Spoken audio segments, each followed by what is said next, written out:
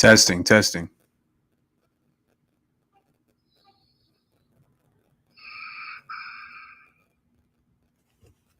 Testing, testing. What is that?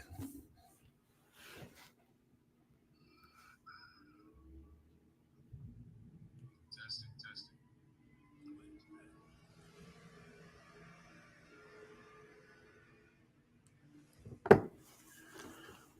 All right, shalom, Israel. Shalom, Yabashim Yahshua Barakatham to the brothers. Shalom, Yahweh Shema Alatah Ba'ashim Yahushai to the sisters. We at the ISUPK Israelite School of Universal and Practical Knowledge started out at 1 West 125th Street, Harlem, New York. And we've been teaching the truth since 1969 that all so-called blacks, Latinos, and Native Americans are God's chosen people, that we are the Israelites that the Bible speaks of, and Esau, who is the so-called oppressor today, is the devil that the Bible speaks of. Now, today, the topic is going to be what is a friend according to the Bible? Because a lot of us have this common misconception of what a friend actually is, and we take the word for granted quite a bit. So, I wanted to break down what is a real friend according to the law. So with that being said, we're going to get started with the prayer. So with just me up here, Amadim.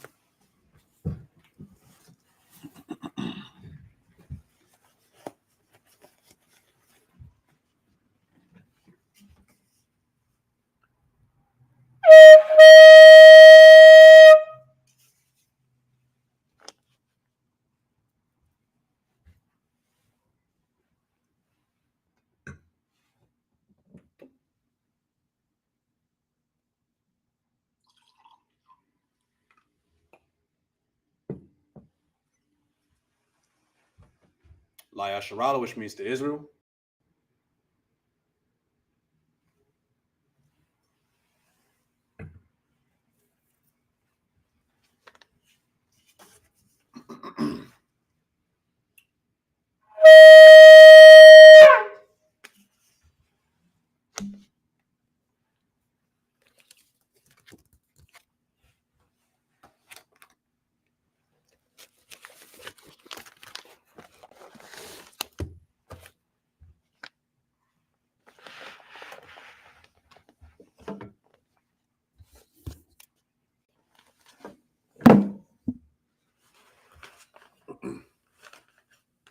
Madim Apon Yahak Wadam, which means to rise or stand, face the east.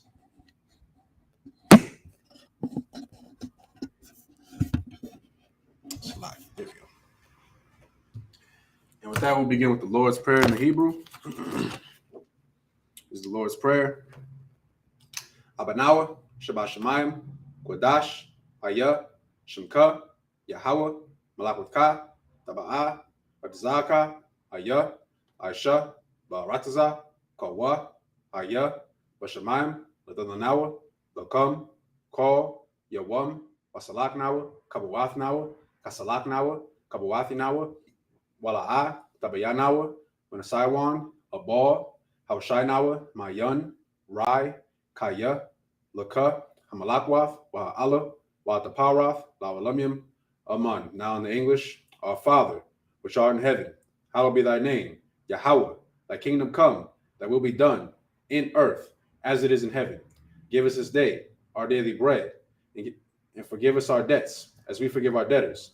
And lead us not into temptation, but deliver us from evil. For thine is the kingdom, and the power, and the glory, forever. So be it.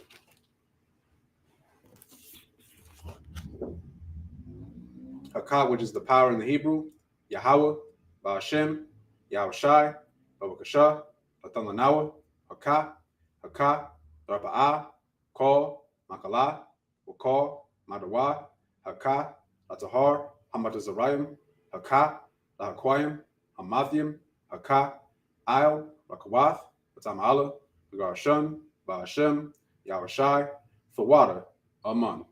Now in the English, Yahweh, in the name of Yahushai, please give us the power to heal all manner of sickness and all manner of disease, the power to cleanse the lepers, the power to raise the dead, power against unclean spirits, to cast them out in the name of Yahushai. Thank you. So be it. The blessings in the Hebrew, Barakatah Yahweh, Wa Yahushai, Wa Miyaka'ala, Wa Al-Hayim, Wa Tazabi'ah, Alawap Yahana, Ha Alawapim, Hasaronyim, Hakwadizayoyin, Hakayayoyin, Waha Akwathian, Yahweh, Ba'ashem, Yahushai, the water, Amun. Now in the English, bless you, Yahweh, and Yahushai, and Michael, and the angels, commanding General Yahana, the generals, the captains, the officers, the troopers, and the sisters, Yahweh, in the name of Yahushai. Thank you, so be it.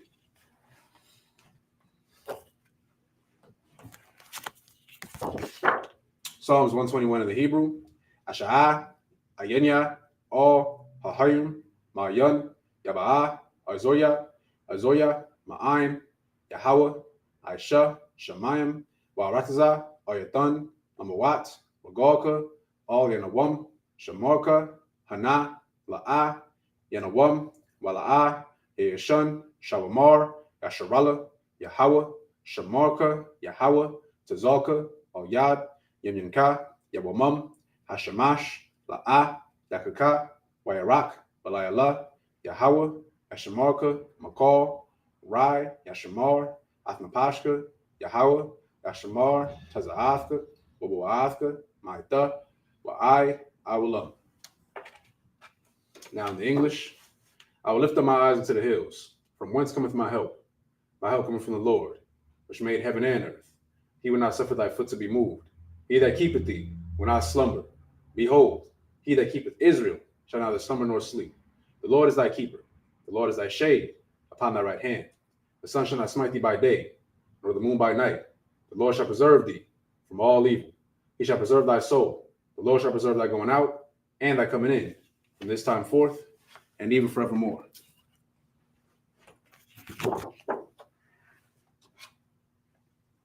Psalms 83 in the Hebrew, Alahayim, All Dami Alaka, All Thakarash, All Thashakwat, All Kayahana, Awiyabika, Yahama, Yawan, Ra'ash, Al Amaka, Ya'amwa, Sawada, Waita, Yayatazawa, Al Hizabawanika, Amarwa, Lakawa, Manakakidim, Magoya, Wala'a, Yazakar, Shum, Yasharala, Abuda, Kaya, Nawa, Salakia. Nawa, Aitazawa, Laba, Yakadwa, Alyaka, Baryath, Yakarathwa, Ahalia, Adawam, Wayashmaalim, Mawaba, Wahagorim, Gabal, Wamawan, Wamalak, Palashath, Mishabia, Tazawar, Gum Ashawar, Nalawa, Imam, Hayawa, Zorawai, Labunya, Lawat, Salah, Aisha, Laham, Kamadyam, Kasaya, Sara'ah, Kayabin, Barakal, Koyashwan, Shamarwa, Ba'ayan, Dara, Haya, Dama, La Dama, Shayatamwa, Nada, Yamawa, Kairab, Wakazaba, Wakazabak, Wakatazalmanai, Kal, Nasayakamwa, Ashar, Amarwa, Nayarasha, Anawa, Ath, Naawath, Alahayim, Alahaya, Shayatamwa, Kagogala, Kakwash, Lapanya, Raka'ah, Ka'ash, Tabaira, Yaira, Wakalahaba, Talahat, Haryam, Kun, Taradama, Wasairaka, Wabasa,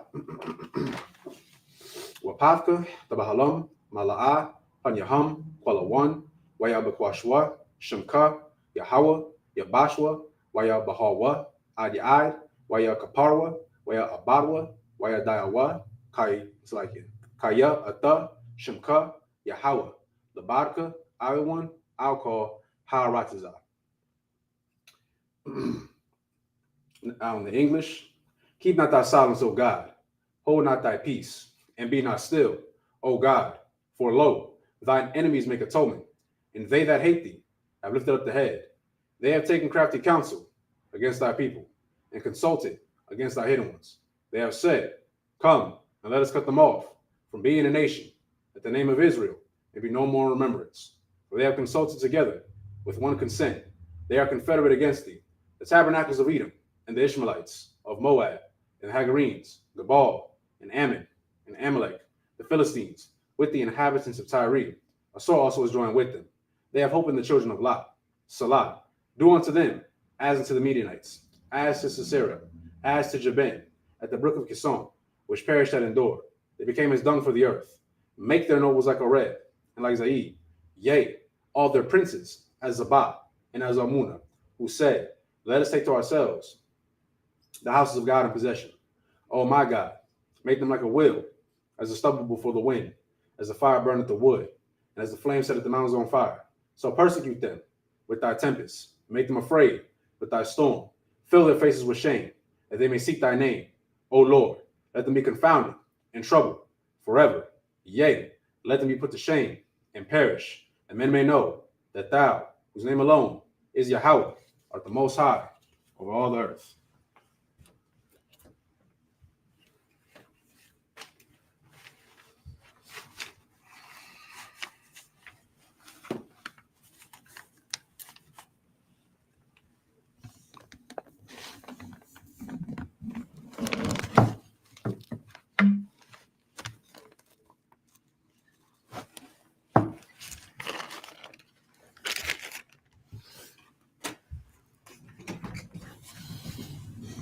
Okay.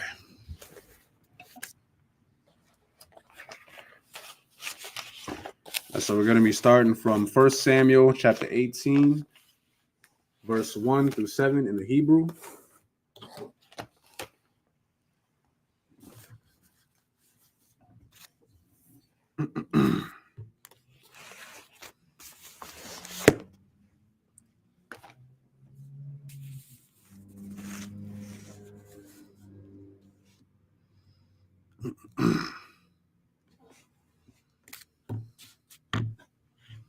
Let's see.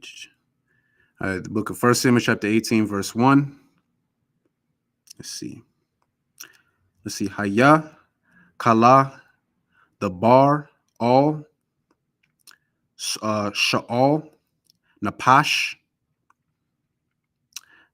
Yahanatan, Quashar, Napash, Dawada, Ahab, let's see, Yahanatan, Napash,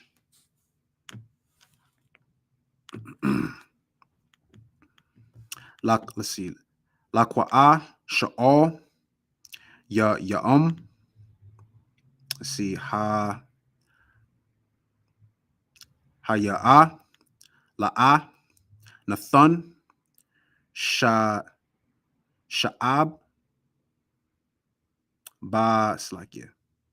Yath, Ab,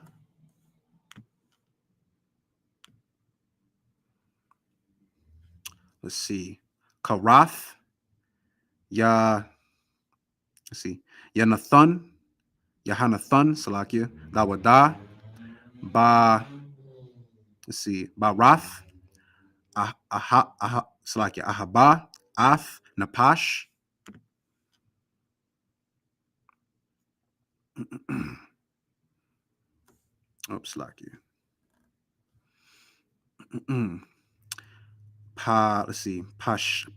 Pashat, Yahanathan, Ath, Ma'il, Ashar, Io, Nathan, Dawada, Ma'ad, Id, Harab, Id, Quashath, Id, Hagar.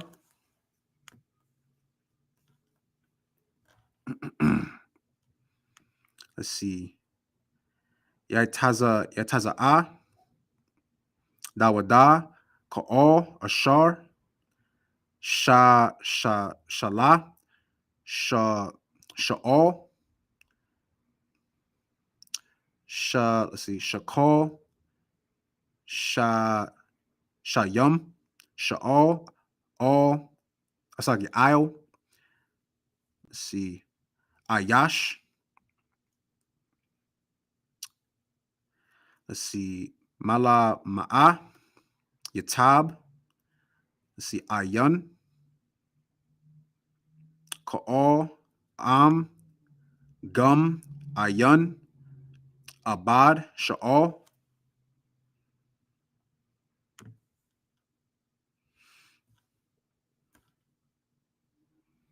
let's see. Haya ba'a sha'ab dawada naka'a af slakia palashatya ya. Let's see. Yataza'a asha'a ka'o let's see. Ayar Yasharala Sha'ar Ma'a Mala'a Qa'ar Sha'ar Malak Tha Tha'apt Sham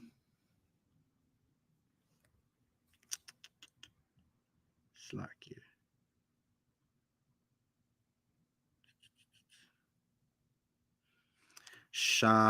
Shala Slakia Shalayash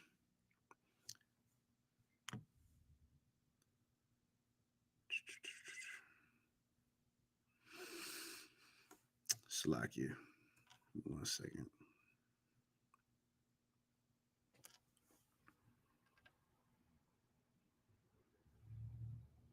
Let me see. Let me see. Athaya Na'a Aisha.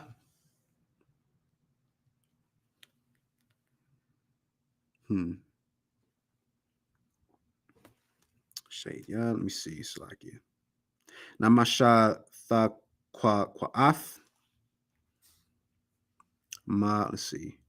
Atha Mara'an Naka'a Sha'o Malapa'a Dawada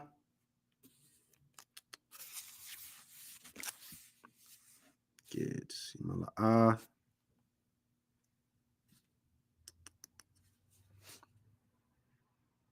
Haka'a Sha'o. Let's see. Bala Paya Pa'an Kalab Gaya'a Rad. Let's see. Salakia. That would be Dawada and Kadaba Tha Ya. All right, Salakia. All right, so that's it for the first 7 verses. Oh, Salakia, let me do this.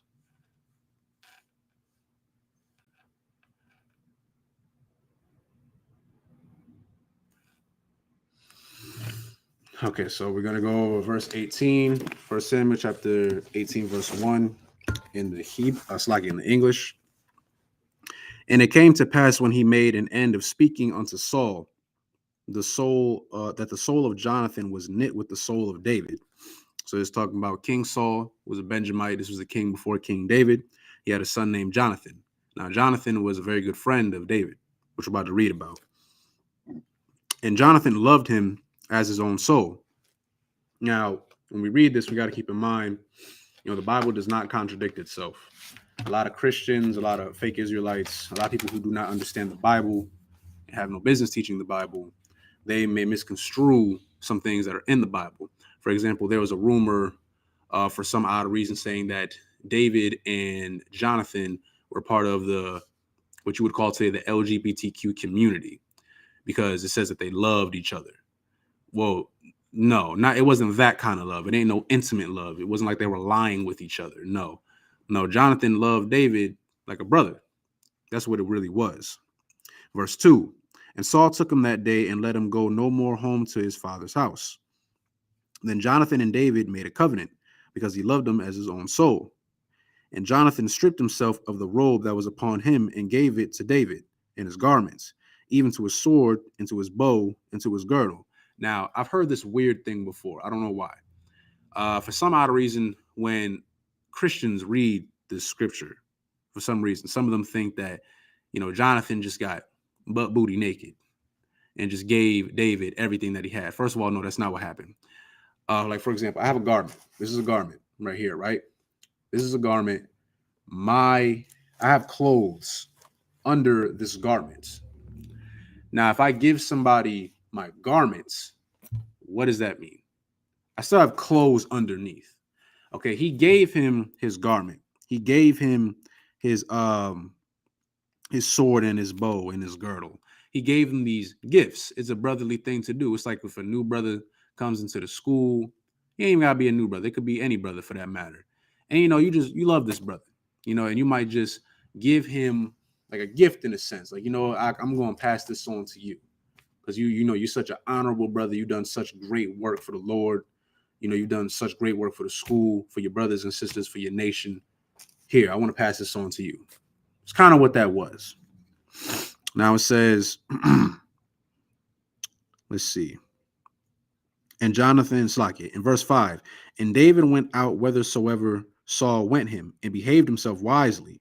And Saul set him over the men of war, and he was accepted in the sight of all the people, and also in the sight of Saul's servants. And it came to pass as they came, when David was returned from the slaughter of the Philistine, that the women came out of all the cities of Israel, singing and dancing, to meet King Saul with tabrets, with joy, and with instruments of music. And the women answered one another as they played, and said, Saul hath slain his thousands, right? And David his 10,000s. Now, quick recap. Saul was a Benjamite. Like, we talk a lot about King David, King Solomon. There's actually, believe it or not, there's actually more wicked kings in the Bible than there are righteous kings. The most famous ones you know of are David and Solomon. But there was also Saul, way before David. Saul, he was a Benjamite, he was an Israelite, but he was wicked in the eyes of the Lord. And you're going to see why. And Saul was very wroth, and the saying displeased him. Wroth meaning that he's, very angry. And the saying displeased him, and he said, they have ascribed unto David 10,000s, and to me they have ascribed but thousands. And what can he have more but the kingdom? And Saul eyed David for that from that day and forward. So Saul was a hater. Let's just put it like that. Saul was an op. That's it. Saul was an op. Saul did not like David because he was very jealous and envious of him. Because prior to that, quick recap, this is when the Most High gave an order to Saul to slay all of the Amalekites, who would be your so-called Jewish people today, right? They are descendants of Esau. Now, Saul did not do this. Saul decided to slay some of them, but he kept some of them alive, right?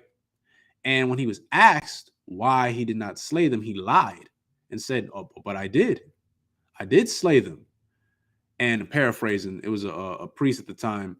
He's asking, so why do I still hear bleeding? So this brother Saul was very arrogant. You gotta think, he was one of the first kings. So he didn't really have anybody else to follow. It was just him. Just imagine being given all this power. You're ruling over all these people. You can have all these women, all these nice garments and palaces and anything a man can want. But nobody was really there to like keep you in check, make sure that you had your head on straight. So he became very arrogant, became very egotistical to the point where he thought that he can go above God. He can go above the Most High, and he disobeyed the Lord. So what the Lord said is that I'm going to make a man better than you. That's what he said. Now, this man was David. Before King David, it was David, right? So at this point, Saul, he's angry. He's jealous. He's looking at David like who the hell is this dude? Like, I'm King Saul. I'm the king. I slain thousands, but they gave David 10,000s, making him seem greater than Saul. That's why it says right here in verse 9, and Saul eyed David from that day and forward, meaning he kind of like side-eyed him, like, I don't really like this dude. So we're going to keep reading though.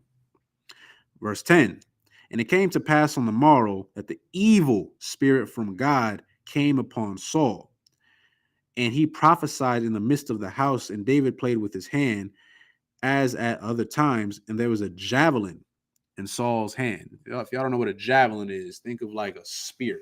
It's a long spear. Anybody who watched like the Olympics, they have like the javelin throws, that long, long ass spear, right? So now it says in verse 11, and Saul cast the javelin, for he said, I will smite David even to the wall with it. And David avoided out of his presence twice. So yeah, I think this is a Benjamite brother. You ever seen, you look to my West Indian brothers and sisters, Jamaicans, Trinidad, the Bahamas, okay, Barbados, my island brothers. have you ever seen an island brother? Okay, think of like somebody built like Usain Bolt throwing a javelin to a wall. Like it was nailed to the wall. That's a hard throw. That's a hard throw. Okay. It was a lot of passion behind that throw. He really wanted to kill David. And just think about that. This brother was serving in your ranks. This brother serves you. He was doing what you told him to do. And you decided that you want to kill him because you're jealous? Come on now. Now we're going to keep going. Verse 12. And Saul was afraid of David because the Lord was with him and was departed from Saul. So Saul knew in his spirit that the Lord was with David. That just shows you the power of the Most High right there. Like, this is King Saul. Remember, king. And this is a brother that serves under Saul. He serves in his army. And this brother was afraid of David because he was just so amazing. He was so righteous. And the Lord was with him, but not with Saul. Let's keep going. Therefore, Saul removed him from him and made him his captain over 1,000. And he went out and came in before the people. And David behaved himself wisely in all his ways, and the Lord was with him. Wherefore, when Saul saw that he behaved himself very wisely, he was afraid of him. Now, let's take a second real quick. Let's stop real quick. Why would Saul be afraid of David for behaving wisely? You want to know what that shows? That shows something that all the Akim should practice, and that is called self-discipline. This brother was very disciplined. He knew Saul hated him. He knew that Saul was trying to kill him. He knew that Saul was very envious of him. But despite that, he knew that the Most High was with him, because you got to remember David, Dawadah means beloved, for those of y'all who don't know, in the Hebrew, right? Or to be beloved. All right. And it says that David was after the Most High's own heart. All right. Now, he made his errors, of course, right? He made his errors. But for the most part, it was more good than bad. Now, because the Lord was with this brother, and because he was so self-disciplined, it shook Saul. That's what brothers got to keep in mind, right? Brothers got to keep that in mind when you go to camp, when you go anywhere for that matter. Like Esau and all these other heathens, they want you to be a stereotypical Negro in a sense. They want you to be a loud and obnoxious Mexican. They want you to be a boisterous Boricua, Puerto Rican. They want you to be a wild Jamaican. They want you to get aggressive. They want you to get violent. Because once you get violent and you snap, well, that shows that you don't have self-discipline. Like some brothers in the world think that, you being tough is you being able to knock out anybody. You just flying off the handles and you just hitting haymakers, right? You that dude. You get drunk and you want to box everybody at the club and nobody can beat you. That's not intimidating. No, what's more intimidating is when you could do all that, but you don't. You don't. You have self-discipline. You have control over yourself, even when you're in danger, in a sense, right? Because he was in danger. David was in danger, but not really, though, because the Most High was with him. He knew, so he was wise. He behaved wisely. He followed the orders that Saul gave him. He didn't try to kill Saul. You understand? That's something to take in real quick. Okay, so now let's keep going. 1 Samuel chapter 18, verse 16. But all Israel and Judah loved David because he went out and came in before them. And Saul said to David, behold, my elder daughter, Merab, her will I give thee to wife. only be thou valiant for me and fight the Lord's battles. For Saul said, let not mine hand be upon him, but let the hand of the Philistines be upon him. And David said unto Saul, who am I? And what is my life or my father's family in Israel that I should be a son-in-law to the king? So David, like, me? Like, who am I to be Salakia? Who am I to be a son-in-law to the king? You King Saul, still being humble despite all this, right? So we're going to keep going. But it came to pass at the time when Merab, Saul's daughter, should have been given to David, that she was given unto Adriel the Meholathites to wife.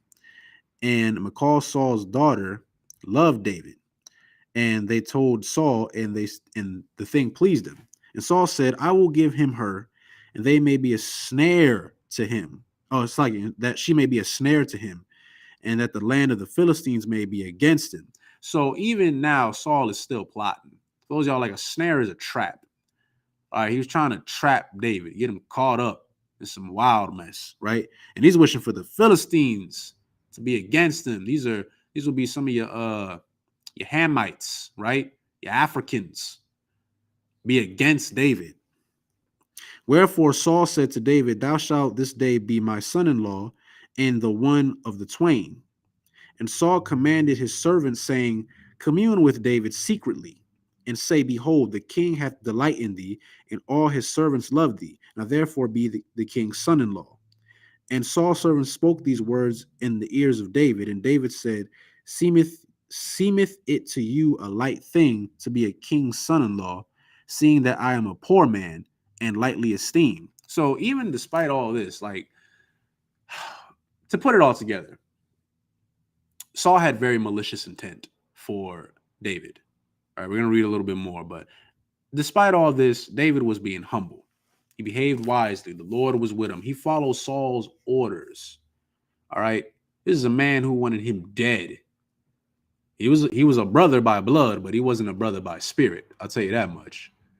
And he still moved a certain way. David was very militant. Some people don't understand what that word means. If I could, real quick, I'm going to read the actual definition of what militant is, because we use that word quite a bit. So we're going to look up the word militant.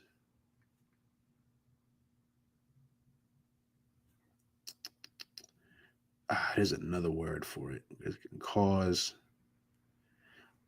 There's another word. Let's see. Engaged in fighting. No, that's not the one I'm looking for.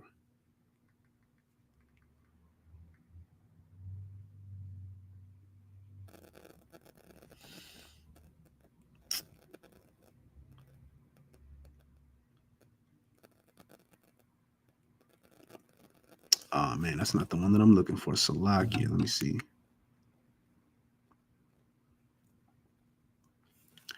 Salakia. That's not the word that I was looking for. It's extreme violent. No, Salakia. It's a different word. It's a different word, Salakia. But to put it into a better analogy for everybody, he had a lot of self-discipline. David had a lot of self-discipline. He carried himself a certain way, even when faced with adversity. He never lost his cool. That's what I'm getting at right now. Okay. Now it says, let's see, let's keep going. Let's go to verse 25. And Saul said, thus shall ye say to David, the king desireth not any dowry, but 100 foreskins of the Philistines, to be avenged of the king's enemies. But Saul thought to make David fall by the hand of the Philistines. So a dowry is like a form of payment, all right, that you traditionally would make whenever you are about to, or when you rib a woman, like, for example, Jacob. Okay, Jacob's dowry for Laban, for those y'all remember Rachel and Leah, his dowry was to serve 7 years. 7 years is a long time. Now, really, it ended up being 14 years, to be honest with you, because originally he wanted Rachel. For those y'all who don't know, he wanted Rachel, but he ended up laying with Leah. So after them 7 years, he got Leah, but he really wanted Rachel, so he had to serve another 7 years. So his dowry was his servitude. Dowry doesn't necessarily always have to be money. I don't want people thinking like, oh, you just got to pay Are you paying for a sister? That's another thing I want to get into real quick before I continue.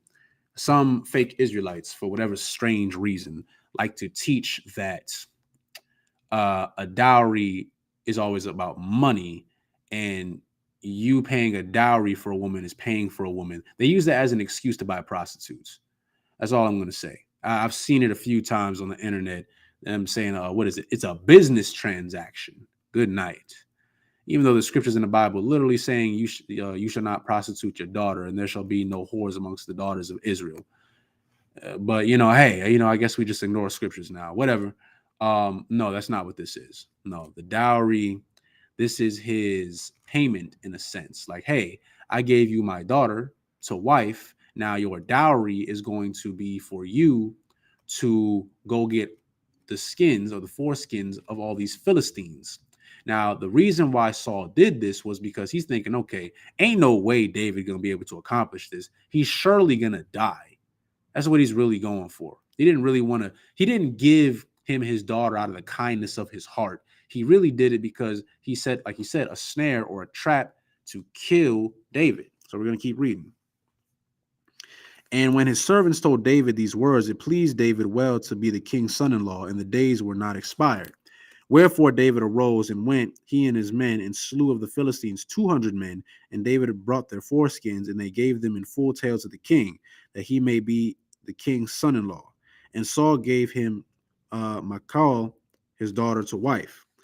And Saul saw and knew that the Lord was with David, and that Michal, Saul's daughter, loved him. And Saul was yet the more afraid of David. And Saul became David's enemy continually. So he's continuously hating him. This is jealousy. Okay. Now the title is "What is a Friend According to the Bible?" This is a perfect example of what a friend is not. I think that's pretty obvious. Okay. Somebody who is jealous, who's envious of you, preying on your downfall. Y'all ever heard that term, crabs in a bucket? Crabs in a bucket theory? Like, you see all these other nations out here. All these other nations, not saying that other nations don't go through stuff, but they have a sense of unity that we don't. Like blacks and Latinos, like we argue over the stupidest stuff. It's ridiculous. Like literally, okay, when it comes to like the southern tribes, literally the only difference between us is a boat stop during the slave trade. Okay. For anybody who doesn't know, yes, the southern tribes did travel to Africa. We were in Africa for a time.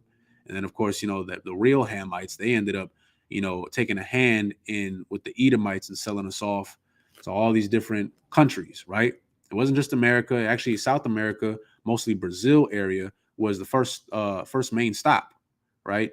And of course, you got Puerto Rico, the Dominican Republic, and then of course they came over here and got our northern tribe brothers, the so-called natives, and rounded them up too. And some people like to say that, slight sidebar, some people like to say that the northern tribes, our native brothers and sisters, the Mexicans, Issachar, Gad, Ephraim, the northern tribe, they don't fit the curses of the Bible because their favorite thing to bring up is they weren't put on slave ships like how we were. We were shipped to different countries.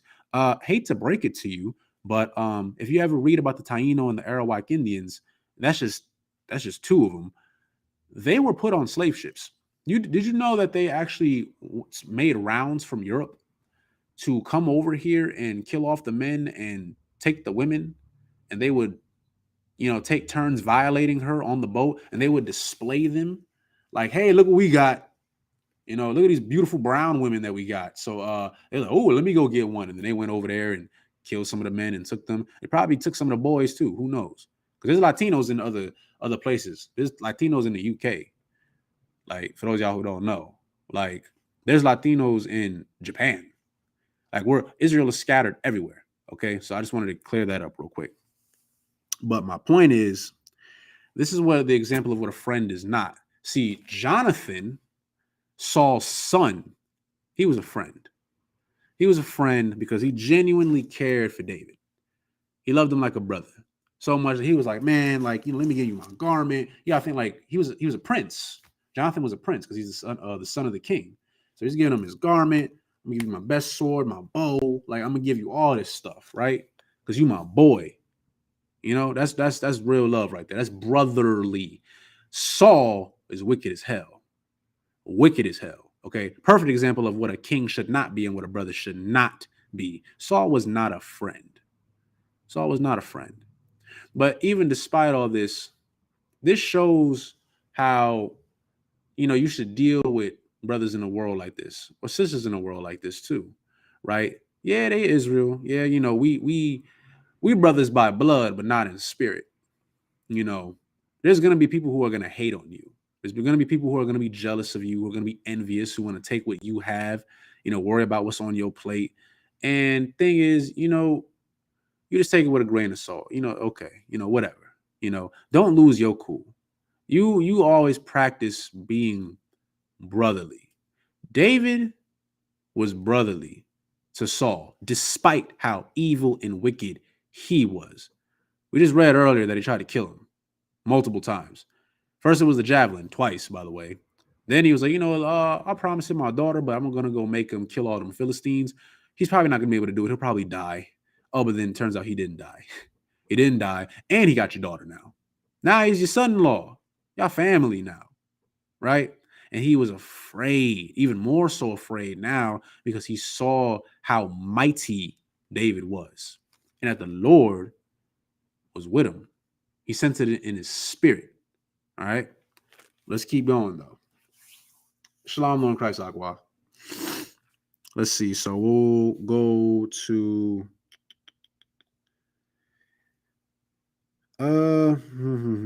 we'll end it with that. So we're actually gonna go to Proverbs 27 and 17. We'll do that. Book of Proverbs, chapter 27.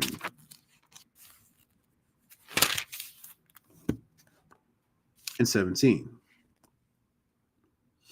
So it says, iron sharpeneth iron, so a man sharpeneth the countenance of his friend. Now, we have a saying, just like this, iron sharpen iron, meaning that a good friend is going to help out his friend. He's going to build up his friend. It's like that saying, you can give a man a fish and feed him for a day, teach him how to fish, you feed him for a lifetime. Like if I know a skill that I feel like could benefit my brothers, like, you know what? Hey, let me teach you something real quick. And now that brother learns something. Now he's doing better, or vice versa. He might teach me something. Iron sharpen iron. We're supposed to make sure that, we're on top of our game, pretty much. That's what a good friend will do. A good friend will lift you up. An evil ass wicked person will drag you down. That's not a friend. Like I said, the crabs in a bucket. Crabs in a bucket. If y'all ever actually seen like literal crabs in a bucket, they'll try to crawl out and then like they're all like dragging each other down to try to get back up. So like none of the crabs make it out of the bucket. They're just constantly dragging each other down all the time. Nobody gets anywhere. All right. That's where that theory comes from.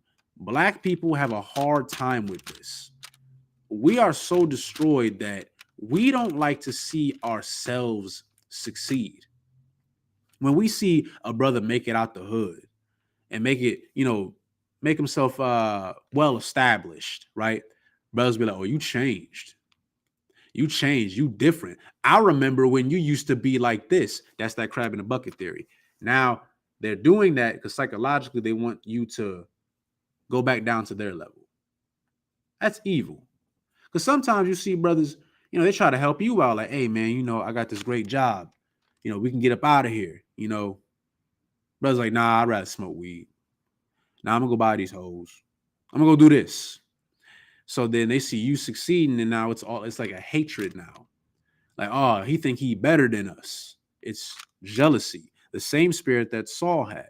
Or vice versa. You might see a brother on the opposite end. He made it out the hood. He doing great for himself. And, maybe he is in the I would say the position to help out brothers that he grew up with. They trying to reach out to him and stuff. And he like, man, I ain't messing with y'all. If I could do it, you could do it. It's like, why don't you help them? Why don't you help them? Oh, you don't want to help them now because you think you're better now? That's messed up. Another thing that I think Israel, I know, Israel has to stop doing. You do this with your families too. I noticed. You do this with your families. You want to know why Esau's so damn rich? I mean, there's a lot of reasons, but I'll just get to the basics. The reason why Esau is so damn rich or so damn well off is because they have this thing called generational money. They have what you would call an inheritance. Okay. Dad doing good. Dad gets a wife. Dad has kids, right? One big happy family. You know what most, not all, but most white people do? They set the next generation up for success. That's what they do. Okay? They do that by teaching them skills at a very young age. Little stuff, teaching them how to drive, how to work, maybe how to run a business, take over the family business, right? They're not adhering to the crabs in a bucket theory. So now, when the father passes on and the mom passes on, well, the kids can come up. And then they have kids, and then it just keeps going. It's like a well-oiled machine. Black people don't do this. Not on a grand scale in a sense. Latinos, I see some Latino brothers and sisters like they will help each other, but there's always like some type of beef. There's always some type of tribal warfare or something, right? I remember I was at my slave and I'm asking brothers like I work with mostly Northern tribe, and I'm like, hey, what's going on with the? I always heard this running joke. What's going on with the Mexicans and the Salvadorians? Why don't y'all like each other? And you know what's funny? None of them could give me a straight answer because I work with a Salvadorian and a Mexican brother, and they just couldn't give me a straight answer. I'm like y'all right next to each other. Why? Ain't y'all the same people? No. We're not the same people. I'm like, what do you mean? Like, come on, bro. Like, let's be real right now. Y'all both native, right? Well, I mean, yeah, but we're just different.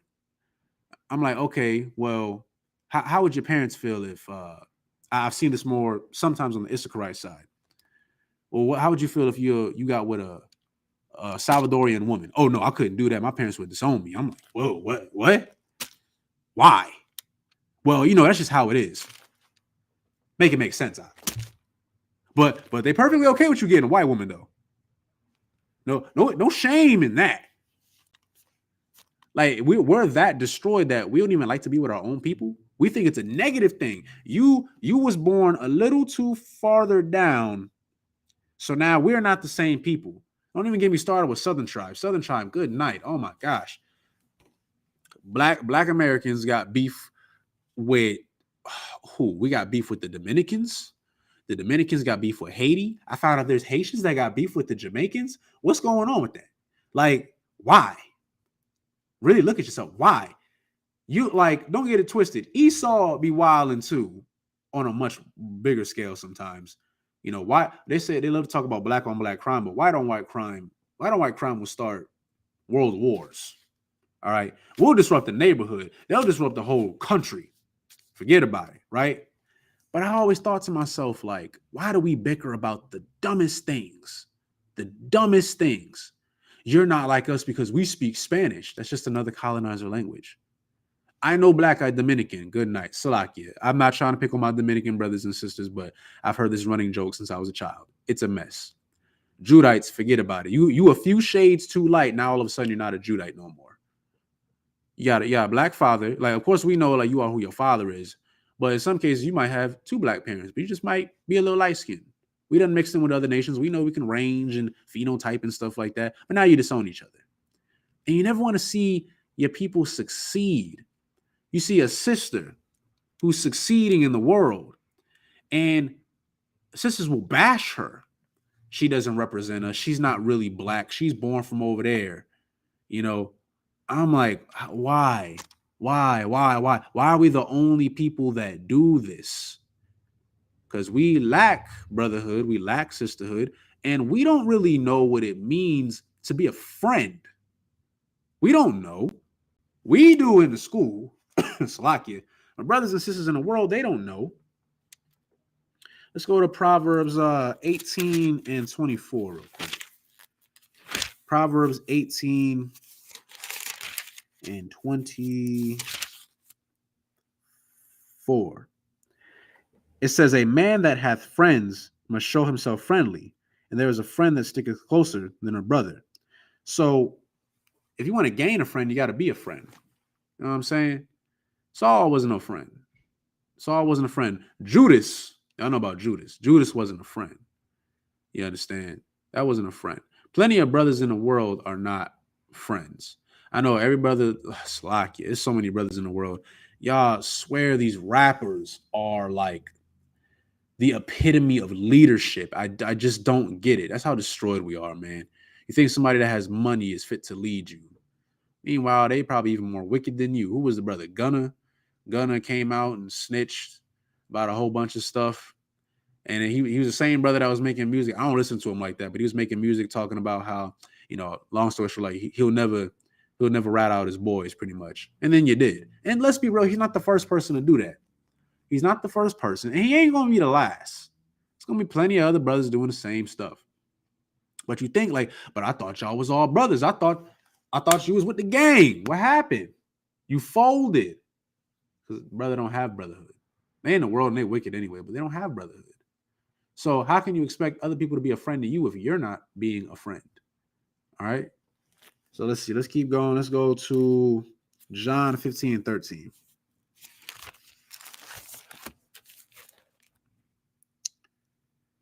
The book of John. Let me see where we at. Salakia. Take this off real quick.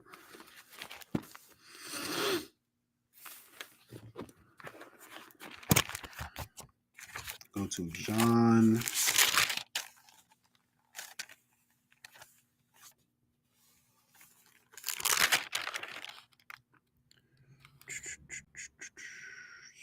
John 1705. John 15 and 13. Okay. So this is the book of John, chapter 15, verse 13. Let's see. It says, greater love hath no man than this, that a man lay down his life for his friends. Ye are my friends, if ye do whatsoever I command you. So now, matter of fact, no, let's keep reading real quick. Let's keep reading. Ye are my friends, if ye do whatsoever I command you. Henceforth I call you not servants, for the servant knoweth not what his Lord doeth, but I have called you friends. For all things that I have heard of my Father I have made known unto you. So this is in red. This is Christ speaking, right? Now there's a key phrase. It's like a key verse I want to focus on. Verse 14, where it says, ye are my friends if, keyword if, ye do whatsoever I command you. This is where we start getting into the meaning of what a friend is according to the Bible. See, what we think a friend is, we think a friend is somebody you go to the bar with and have drinks. Y'all like the same show. Y'all like the same football team. Y'all watch basketball together. Y'all watch anime. Y'all might have some common interest here and there, right? Y'all might have grown up with each other. Say he lived down the street. Y'all went to the same school. Might even played on the same sports team, ran track together, whatever. Might have the same shoes. Little stuff like that, right? And you think, well, that's my friend. And you start thinking, like, is that really a friend, though?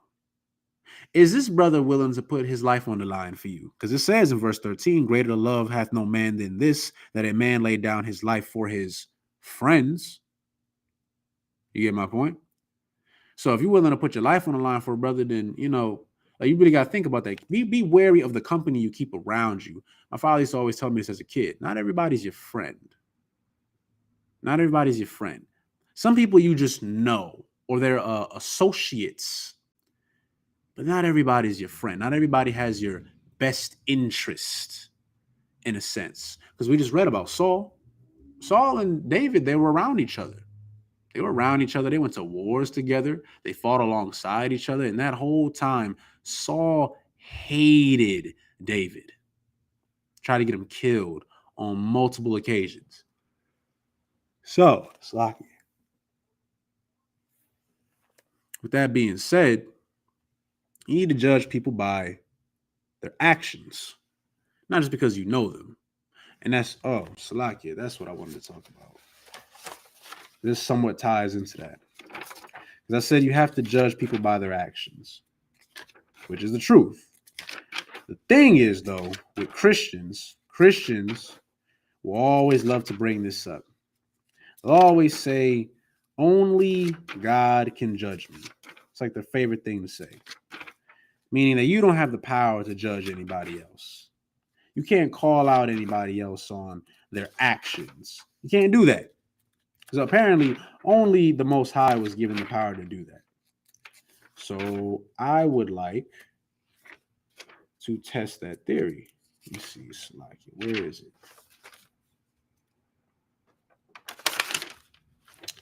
We'll go to, let's see. It is destruction. Salakia.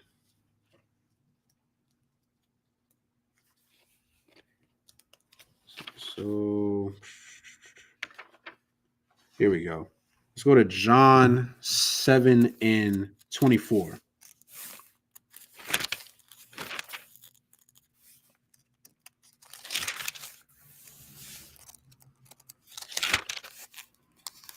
Okay. So the book of John, chapter 7, verse 24. So it says right here in red, this is Christ speaking, judge not according to the appearance, but judge righteous judgments. Okay. Now, paraphrasing in 1 John 4 and 1, it says, believe not every spirit, but to try the spirits. I talked about this last week. What does this mean? This means, according to the Bible, you can judge. You can judge. It says it right here. Judge not according to the appearance, but judge righteous judgment. Y'all heard the saying, never judge a book by its cover. We all like, or what black people say, skin folk ain't always kinfolk. You know, just because you look like one of us don't mean nothing. Even if you are one of us. I mean, like, look, there's Hamites all up in Africa. You know, some of them look like us, okay, but they're not us, okay. I know some people like to say, oh, well, you know, the Mexicans and the natives, oh my gosh, if I had $1 for every time I heard this, they come from Siberia. They come from Asia. It's like, okay, well, if they're really Asian, as you say they are, okay, no sweat. Why don't the Asians have any type of unity with them? Why not? Because a lot of Asians don't like Mexicans. They're very racist. Just throwing that out there. All right. So, you know, we can deny the whole if you look like us, you're one of us crap. We're not worried about your appearance. We're worried about your bloodline. First of all, I'll get to that in a second. But you can judge. You can judge. This is a thing. All right. That one verse alone cuts all that garbage that Christians love to preach. You want to know why they preach that message? Because they say you can't judge because they don't want to be judged. That's really what it is. They don't want to be reminded that they're a filthy, disgusting human being behind closed doors. They don't want to be reminded that, you know, they like to have sex with little children. It was just something that came out that long ago about a Haitian pastor who was caught, you know, with a little girl in sexual positions. They don't want to be told how, you know, they still go to the strip club after Sunday service. They don't want to be told that they're wrong because they're eating pork at Sunday service. That they still shave their beard. That they still celebrate holidays. It was a Christian pastor celebrating Halloween. Halloween inside of the church, knowing damn well that it's satanic. Celebrating Christmas. They still spread that rumor of, well, Christ was born on December 25th. And show me in the Bible where it says that. Show me. Because according to the Bible, the new year is in the springtime, which would make sense logically if you really think about it, because we're in winter. Everything's dead. The animals are hibernating. The bugs ain't out. Thank goodness. Like it. They not out. You know, so it's like, oh, the leaves are falling off. So how is this the new year? How?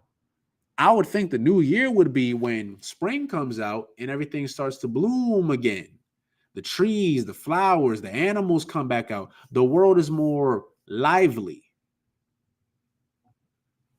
But they won't teach you that because they don't know no better. Their idea, Salakia, is that they can do whatever the hell they want. And they want you to do whatever the hell they want. Because if you're doing whatever the hell you want, you don't have the right to judge anybody. That's why, again, going back to the crabs in a bucket thing, they want you to fall. They want you to sin. They want you to be like them. Because when you start holding yourself accountable for your actions, like how David did, David behaved wisely and the Lord was with him. And Saul knew that he was wicked as hell. So that's why he was afraid of David. He was afraid. He was intimidated by this brother. We're talking about the king, by the way. Why would a king be intimidated of his servant? Oh, that's right, because the Lord's with him. And this brother is righteous and self-disciplined as hell when you're not. That's the whole point. So now you will be judged. You will be judged. That's why a lot of brothers don't want to see you do better out in the world, right? We don't do this here in the truth. But in the world, they want you to come down to their level. Because then it's like, well, who are you to tell me this? Because you used to do this. Well, you start being better. You start being a real friend. You start being honest. Like I speak with maybe like one or two brothers in the world that I still know, right? And they still come to me for advice for certain things. And I keep it real with them. I keep it real with them. I'm not going to lie. I'm not going to sugarcoat nothing. I'm like, if you're doing something wrong, then you're wrong. Okay? You shouldn't have done that. Or, you know what? That person was wrong for that. This is what you should do. Right? And it's a level of, that's just real love, because I'm like, you know what? I'm not going to sit here and lie to you. Brothers in the world, they'll lie to you. Brothers will sit here and tell you to go have sex with another man's woman. But then, you know, God forbid somebody has sex with your woman, they'll sit there and roll a blunt up with you and be like, oh yeah, you know, she ain't nothing anyway, bruh. It is what it is. That ain't no damn friend. You should have talked him out of it. That's what you should have done. Hey, you shouldn't be doing that. Nah, leave her alone. Oh, she wants to be a whore. Okay, let her be a whore somewhere else. Don't take the opportunity, because ultimately it's going to destroy you. That's what a real friend would do. Okay? Just throwing that out there. But that's not the kind of spirit that Saul had. All right. So let's see. We're going to go back to, let's see. We'll finish up in a little bit. We're going to go back and we're going to go to, let's see. Skip that. Let's go to John. Let's see. No. Is it 14?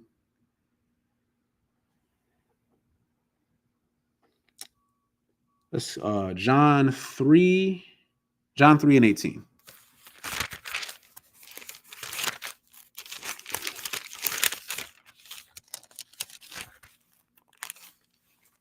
See, the book of John, chapter 3, verse 18.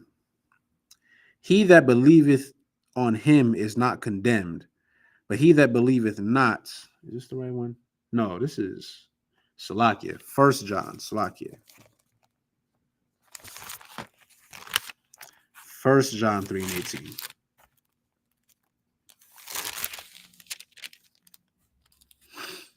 Says, my little children, let us not love in word, neither in tongue, but in deed and in truth. Your actions. This kind of ties into what is love according to the Bible. Love is you, Salakia, it's your actions, right? It's your actions. People say this all the time. Oh, I love you. I love you, love you, love you, love you, love you. Love is a very strong word that gets thrown around so nonchalantly, and it really shouldn't. It's been so diluted over the years. And so a lot of people don't know what love is. You think love is you having a little heart to heart for like all of one moment, but then y'all go talking smack about each other, or you do something wicked behind somebody's back, or you plotting on that person's downfall. That's not love. That's not being a friend. No. Real love is your actions, how you treat people, how you care for one another.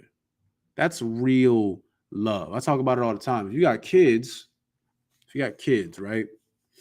And and you want your kids to do well. You chastise them, you discipline them. That's in the Bible, to discipline your children. When you don't discipline your children, well, children are children. They'll just do whatever the hell they want. Kids will eat ice cream in their boogers until it's time to go to bed, if you let them. All right. And then now they're going to be 18 years old and they're going to be eating ice cream and picking their boogers. And that's what they do, because that's what you let them do their whole life. If you don't teach a boy how to be a man, he'll be a boy forever. He'll be up underneath his mother all the time. Brother won't know how to stick up for himself. Brother won't know how to stick up for anybody else. Good night if he gets a woman. How can you defend your woman when you can't even defend yourself? Forget about it. How is he going to establish order in his household when he has no discipline himself? But here's the thing: you as his parents, you as the father, you as a mother, you're supposed to instill these things in your kids. Sisters, you're supposed to set the example of what a woman should be, right? That's love, for your daughter, right? But if you out here thotting and plotting, you got OnlyFans and good night, your daughter's gonna see that and she's gonna be like, well, I just want to be just like mommy. That's what I want to do. I want to be just like mommy. I want to be a thought too. Okay. And she's gonna grow up and she's gonna probably get pregnant by some bum who really doesn't care about her, who doesn't have any values, who doesn't really have any self-respect for himself. And now she's a single mother. Now she hates men. Now she hates men. Now she doesn't know what to do. Now she's forced to go get a job. Now she's got to be forced to make ends meet because now she has to take care of herself and the child, who's now fatherless. And now it just starts a whole mess, because now that child's going to grow up without a father. And now they're going to need a man in the household, and they might never get a man in the household. Now they're destroyed, and then the cycle just continues. You see where I'm going with this, okay? Well, it starts with your actions, the love that you give to your kids. Chastising and discipline is love. You letting your kids do whatever the hell they want is not love. It's not. All right? So you got to keep that in mind. Let's see. I'm going to drop that. We got one more real quick. Salakia. But let's see. We're going to go to John. Let's see. John 13 and 14. And it says, it's Christ speaking again. Let's see. It says, if ye shall ask anything in my name, I will do it. If ye love me, keep my commandments. Salakia, just 1 second.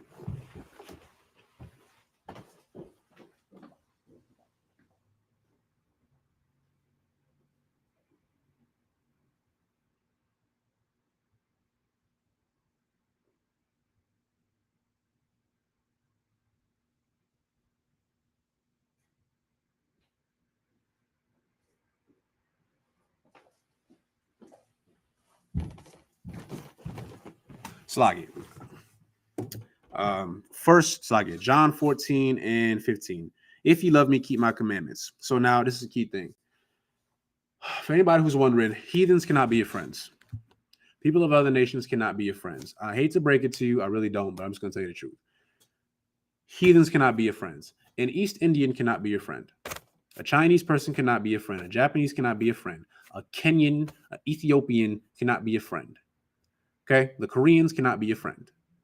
Anybody else outside of Israel cannot be your friend, because to be a friend, you have to keep the commandments. To keep the commandments means that you were given the commandments in the first place. You were given the law. Who was given the law? It was Israel. That was it. It was just Israel.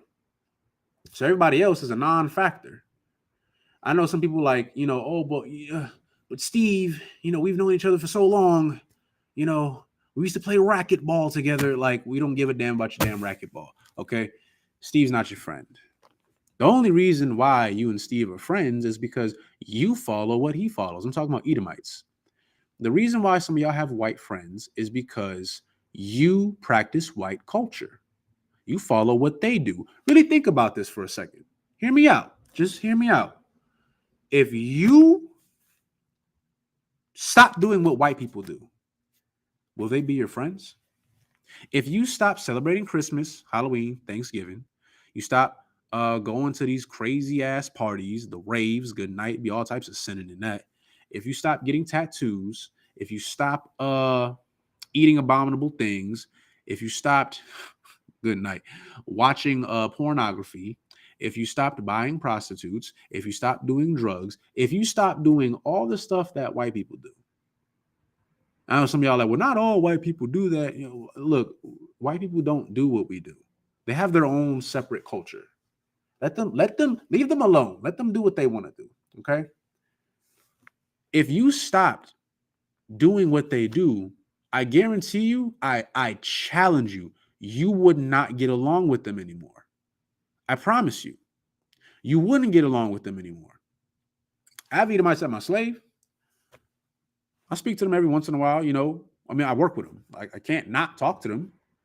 But outside of that, you know, they tried to, hey, what you doing this weekend? I'm busy. I got things to do. I have my friends that I hang out with, that I talk to. Those are my friends. The Akim, those are my friends. They can't be my friends because you weren't even given the laws that I was. We're not on the same page. Okay. Our spirit is completely different. It's not, they think, people like to think that we don't like Edomites because of the way they look. We don't give a damn how the way you look. We don't care about blonde hair, blue eyes, and white skin. We don't care about none of that. This might throw some of y'all off. Not all Edomites are white. Some of them have a mother that might be Israel or something like that, or East Indian or whatever, because Esau them mixed in with everybody else too. But his father is an Edomite, so he's an Edomite. Well, he's a few tints darker now, so now y'all the same people? Nah, that's not how it is. Because with us keeping the law, statutes, and commandments, we have a code, morals, if you will. Because now, due to my beliefs and my morals and the law that I adhere to, I know I'm not going to do drugs. I know that if I ever have a problem with a brother, the scriptures say to go to him and him alone. You know, that's why we have counsel. That's why we practice brotherhood, talking to brothers if there's ever a problem. Because there's going to be times you might offend a brother. You might offend a brother by accident. Oh, Slacky, hey, Slacky, I ain't know. You know, you talk to that brother. You talk it out so that the brotherhood is not destroyed. Because brothers in the world, they'll get into an argument over one little thing and they hate each other for like 50 years. It's stupid, right? So I know that if I ever have a problem with a brother, I can talk to him, right? I know that there's boundaries. There's respect there. Okay. We're not going to try to get at each other, woman. In the world, they do that all the time. Esau don't give a damn. It was an Edomite at my slave the other day bragging about how he has sex with other men's women. He's sitting there laughing, face red as hell, like, oh yeah, you know, I can do whatever I want. Okay, you know what? Yeah, you're right, Esau. You can do whatever the hell you want. I will not be doing that though, because that's disgusting. And it's I can't even say the words. I'll get flagged. It's GAY. Okay, it's that. It's rainbow activity. That's what that is. I like that better. Yeah, rainbow activity. So you got to keep that in mind. Okay, to even be a friend, to even qualify to be a friend, you got to be Israel. That's it. You got to be Israel. You got to be of the same nation. Because if you're not, who are you?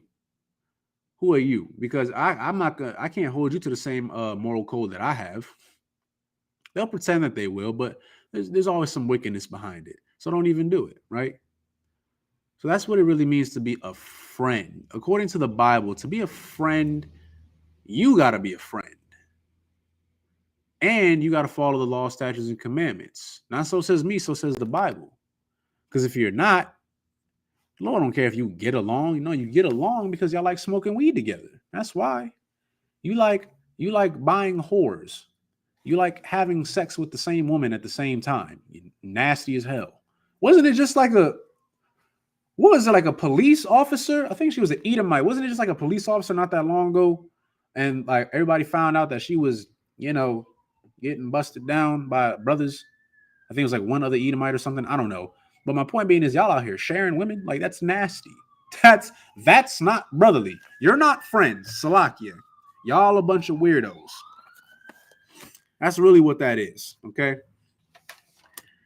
That's all I got on that. Salakia. So with that being said, I'm about to close the class. The water for everybody that tuned in. If you haven't already, please like, share, and subscribe. With that, I'll be closing the class with prayers.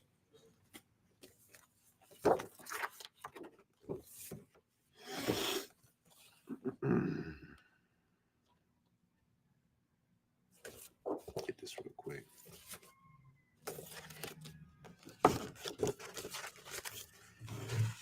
All right. So Amidium, just me up here.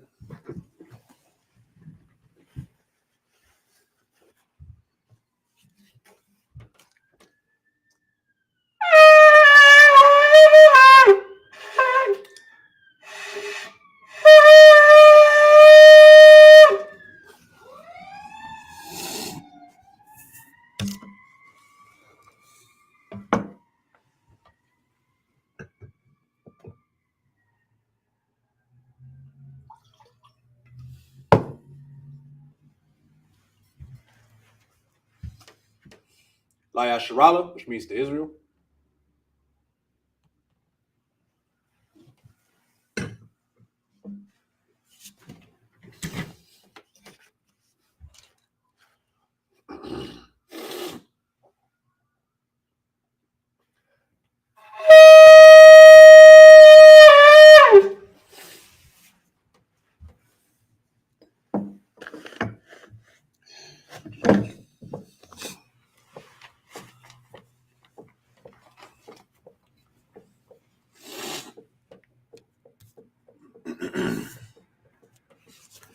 Madim Aponyah Hakwadam, which means to rise or stand and face the east. We get started with the Lord's Prayer in the Hebrew. It's the Lord's Prayer. Abanawa, Shabbat Shemayim, Kodash, Haya, Shemka, Yahweh, Malakutka, Taba'ah, Badzaka, Haya, Aisha, Barataza, Kawa, Haya, Bashemayim, Latananawa, Lakam, Kol, Yawam, Asalaknawa, Kabawatnawa, Kasalaknawa, Kabawathinawa, Wala'ah, Tabayanawa, Manasaiwan, Abal, Hawashainawa, Mayan, Rai, Kaya, Laka, Hamalakwath, Ba'ala, Wataparoth, Nawalamim, Amun. Now in the English, Our Father, which art in heaven, hallowed be thy name.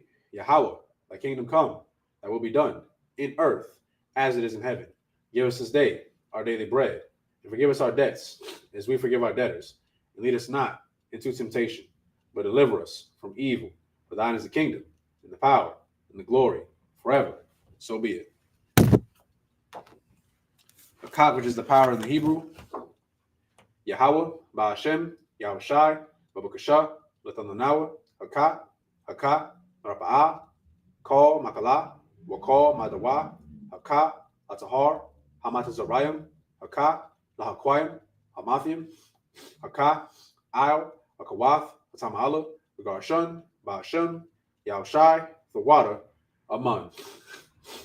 And now in English, Yahweh, in the name of Yahushai, please give us the power to heal all manner of sickness and all manner of disease, the power to cleanse the lepers, the power to raise the dead, the power against unclean spirits, to cast them out, in the name of Yahushai. Thank you. So be it.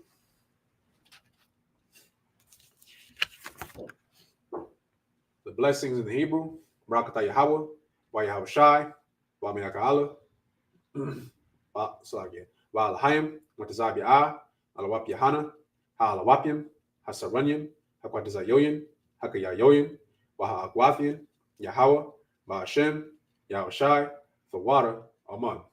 Now in the English, bless you Yahweh, and Yahushai, and Michael, and the angels, commanding General Yohana, the generals, the captains, the officers, the troopers, and the sisters, Yahweh, in the name of Yahushai. Thank you. So be it. Psalms 121 in the Hebrew. Asha'ah, Ayanya, O, Ahoyim, Ma'ayan, Yaba'ah, Azoya, Ma'aim, Yahweh, Aisha, Shemayim, Ba'aratazah, Oyatan, Amwat, Wagalka, All Yanawam, Shemarka, Hana, La'ah, Yanawam, Wala'ah, Yayashan, Shawamar, Yasharala, Yahweh, Shemarka, Yahweh, Tazalka, Al-Yad, Yemyamka, Yawamam, Hashamash, La'ah, Yakaka, Wayarak, Balayala, Yahweh, Ashamarka, Makal, Rai, Ashamar, Atmapashka, Yahweh, Ashamar, Tazaavka, Oboavka, Maida, Wa'ai, Awalam. Now in English. I will lift up my eyes into the hills. From whence cometh my help? My help cometh from the Lord, which made heaven and earth. He will not suffer thy foot to be moved. He that keepeth thee will not slumber. Behold, he that keepeth Israel shall neither slumber nor sleep. The Lord is thy keeper. The Lord is thy shade upon thy right hand. The sun shall not smite thee by day, nor the moon by night. The Lord shall preserve thee from all evil. He shall preserve thy soul. The Lord shall preserve thy going out and thy coming in from this time forth and even forevermore. Psalms 83 in the Hebrew. Alahayim, all Dami Alaka, all Takarash, wa all Dashakwat, all Kayahana, Awayebika, Yahama, Yawan, Ra'ash, Al Amaka, Ya'ayamwa, Sawada, Wa'ita, Ya'itazawa, Al, Tazapawanyaka, Amarwa, Lakawa, Wanakakinum, Magoya, Wala'a, Ezekar, Shum, Yasharal, Iwada, Kaya, Nawa, Aitazawa, Laba, Yakadwa, Alika, Baryath, Yakarathwa, Ahoya, Adawam, Washamalim, Mawaba, Wahagorium, Gabal, Wamawan, Wamalak, Talashath, Amishabia, Tazawar, Gum, Ashawar, Nalawa, Imam, Hayawa, Zorowai, Labunya, Lawat, Salah, Aisha, Laham, Kamadian, Kasaya, Sarah, Kayabian, Munakal, Kweshwan, Shabbawa, Daiwa, Sagabayan, Dara, Hayawa, Daman, La Dama, Shaitamwa, Nadayamawa, Kairab, Kazaaba, Kazabak, Kazazormanai, Kal, Masayakama, Ashar, Amarwa, Nerasha, Anawa, Af, Nawath, Alahayam, Alahaya, Shaitamwa, Gagogala, Kakwash, Lapunya, Raka'a, Kaash, Tabaira, Yaira, Wakalahaba, Dalahat, Aryam, Kun, Dardama, Masairaka, Wabasa, Wapafka, Tabahalam, Mala'a, Paniham, Kwalawan, Waya, Wakwashwa, Shemka, Yahawa, Yabashwa, Waya, Wahawa, Adiai, Waya, Kaparwa, Waya, Abadwa, Waya, Dayawa, Kaya, Ata, Shemka, Yahawa, Labadka, Aliwan, Alcohol, Harataza. Now in English. Keep not thy silence, O God. Hold not thy peace. And be not still, O God. For lo, thine enemies make atonement, and they that hate thee have lifted up the head. They have taken crafty counsel against thy people, and consulted against thy hidden ones. They have said, Come, and let us cut them off from being a nation, that the name of Israel may be no more remembrance. For they have consulted together with one consent. They are confederate against thee, the tabernacles of Edom, and the Ishmaelites, of Moab, and the Hagarenes, Gabal, and Ammon, and Amalek, the Philistines, with the inhabitants of Tyre. A sword also was joined with them. They have opened the children of Lot, Salah. Do unto them as unto the Midianites, as to Sisera, as to Jabin, at the brook of Kison, which perished at Endor. They became as dung for the earth. Make their nobles like a red, and like Zaid. Yea, all the princes as Zabah and as Zalmunna, who said, Let us take to ourselves the houses of God in possession. O my God, make them like a wheel, as the stubble before the wind, as the fire burneth the wood, and as the flame setteth the mountains on fire. So persecute them with thy tempest, make them afraid with thy storm. Fill their faces with shame, that they may seek thy name. O Lord, let them be confounded and troubled forever. Yea, let them be put to shame and perish, that men may know that thou, whose name alone is Yahweh, art the most high over all the earth.